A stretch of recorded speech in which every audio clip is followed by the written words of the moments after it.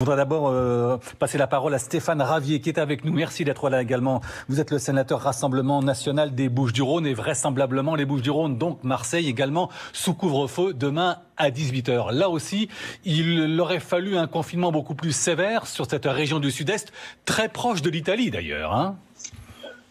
Vous l'avez dit, vous savez, vraisemblablement, c'est ce qu'il y a de plus scandaleux dans cette démarche, c'est qu'on en est dans le vraisemblablement, c'est-à-dire on imagine qu'il va y avoir un couvre-feu parce qu'en réalité, les élus locaux que nous sommes, que ce soit un sénateur élu par les grands électeurs ou, la présidente du conseil départemental, le président de la région, eh bien, nous ne le savons pas.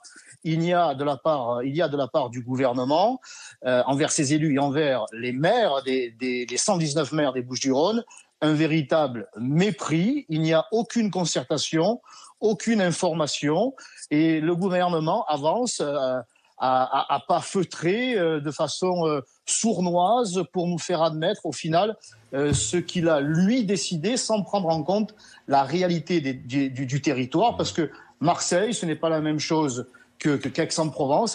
Aix-en-Provence, ce n'est pas la même chose que de nombreuses communes du département qui ne sont pas touchées de la même manière par le Covid. Eh bien, il y a cette décision parisienne qui nous est imposée. Et au final, il n'y a pas les moyens qui devraient être mis à la disposition des Bucco-Rhodaniens. Et je parle là du vaccin. Moi, je ne me ferai pas vacciner, mais je ne m'arrête pas à ma modeste personne. Il y a de nombreux Bucco-Rhodaniens qui souhaitent être vaccinés. Eh bien, pour cela, c'est toujours le flou qui n'a rien d'artistique.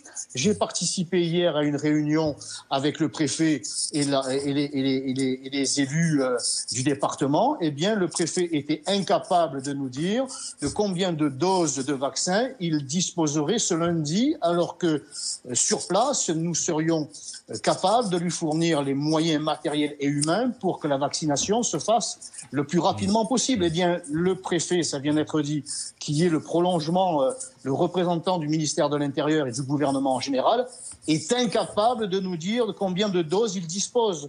Donc au final, eh bien, on nous impose un couvre-feu qui, à mon avis, est injuste, qui est inutile, parce que en amont, le gouvernement n'aura pas pris les mesures nécessaires pour protéger la population. Rapidement, votre avis sur ce que disait Jean Castex quant au couvre-feu. Rapidement, s'il vous plaît, merci. Écoutez, il est clair que si l'on enferme les Français au final 24 heures sur 24 chez eux, qu'il n'y a aucun lien social et aucun lien entre les Français, la situation ne pourra que s'améliorer. Mais il faut savoir ce que l'on veut.